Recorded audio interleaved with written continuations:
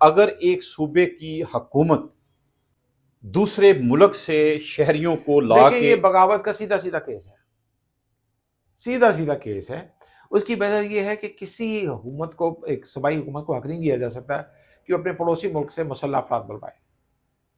ایک طرف اگر آپ یہ کہتے ہیں کہ 18ویں ترمیم کے تحت صوبوں کو اختیارات دیے جائیں، میکسیمم اختیارات دیے تو جائیں، میں ساتھ میں یہ بھی کہہ رہا ہوں کہ 18ویں ترمیم پر اگر آپ آئین سے باہر جاتے ہیں تو پھر اس میں جو پنشبل ایکٹ ہے اس کو بھی آپ ڈیل کریں قانون کے تحت، جس طرح کہ میں نے یہ آپ سے گزارش کی کہ جب اسلام آباد میں احتجاج ہوتا ہے، افغانستان سے لوگ جو ہے وہ بغیر ویزا کے آ جاتے ہیں۔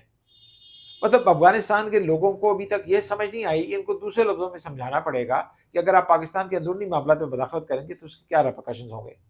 پاکستان کو ایک اسٹرانگ میسج دینا چاہیے طالبان حکومت کو کہ جناب آپ ہمارے معاملات میں مداخلت نہ کریں۔ اب بھی آپ دیکھیے کہ جتنے لوگ گرفتار ہوئے ہیں، آپ ذرا ایک گرفتار تو کریں، آپ کو پتہ لگے گا کہ کتنے لوگ اب جو ہیں وہ کابل سے اور جلال آباد سے آ کے اس احتجاج میں شامل ہیں۔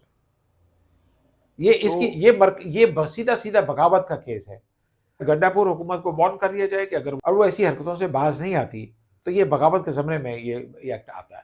منیر صاحب، خیبر پختونخوا میں بغاوت ہے، بلوچستان میں بغاوت ہے، اور یہ بھی کہا جا رہا نہیں، ہے کہ بلوچستان کی بغاوت میں ایران سے یا گلف سے لوگ نہیں آئے۔ بلوچستان از اے ڈفرنٹ کیس۔ بلوچستان میں پہلے بھی بغاوت ہے، نہیں دونوں صوبوں کے اندر بغاوت ہے۔ نہیں، دونوں صوبوں کے اندر بغاوت ہے، لیکن اس بغاوت کی نوعیت بلوچستان میں مختلف ہے۔ بلوچستان میں لڑائی وسائل کی تقسیم کی ہے۔ کے پی کے میں لڑائی یہ ہے کہ آپ جو فاٹا ہے اس کو پھر الگ کریں تاکہ پھر ہم اس کے ذریعے اسمگلنگ کریں۔ یہ بڑا ایشو ہے۔ یہ دونوں ایشوز کو مختلف انداز میں دیکھا جائے گا، یہ الگ الگ کیس نہیں ہے۔ بغاوت ہے لیکن بلوچستان میں بغاوت کی نوعیت مختلف ہے، کے میں بغاوت کی نوعیت مختلف ہے۔ منیر صاحب، یہ بھی کہا جا رہا ہے کہ انٹرنیشنل سطح پہ بہت سی پاورز انوالو ہیں پاکستان کے اندر، پراکسی وار ہو رہی ہے، آپ اس بارے میں کیا کہتے ہیں؟ بالکل ہو رہی ہے۔ آپ جب اپنے معاملے خود سالو نہیں کریں گے تو جو آپ کے اڑوس پڑوس میں ہیں، جو بڑی طاقتیں ہیں، وہ تو اس میں دخل دیں گی۔ دیکھیے دنیا بھر میں جہاں جہاں منرل ریسورسز ہیں، مثلا میں آپ کو مثال دیتا ہوں ساؤتھ سوڈان کی۔ ساؤتھ سوڈان میں آپ کا کیا خیال ہے کہ الگ ملک بن گیا اس لیے بن گیا کہ امریکن دلچسپی نہیں۔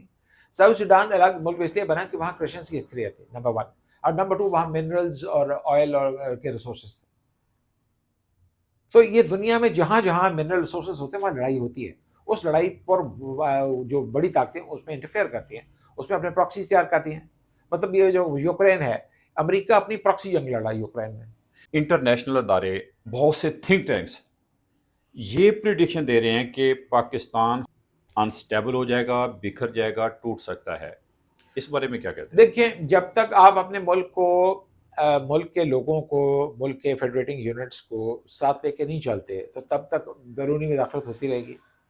اس مداخلت کے نتیجے میں بد سے بدتر کی صورتحال پیدا ہوگی، جو سول وار کی صورت بھی جا سکتی ہے، جو ایک فارن انویژن کی صورت بھی اختیار کر سکتی ہے، جو ایک جنگ کی صورت بھی اختیار کر سکتی ہے۔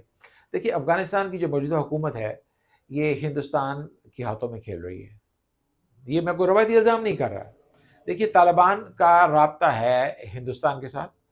بامبے میں طالبان نے اپنا ڈپلومیٹک مشن کھولا ہے، کانسولیٹ آفس کھولا ہے، اور یہ الٹیمیٹلی اور اس وقت ہوا ہے جب پاکستان نے ابھی تک تسلیم نہیں کیا۔ تیسرا سال ہے پاکستان نے ابھی تک طالبان حکومت کو تسلیم نہیں کیا، اور اس کی وجہ یہ ہے کہ جو طالبان ہیں وہ ہندوستان کے ہاتھوں میں کھیل رہے ہیں۔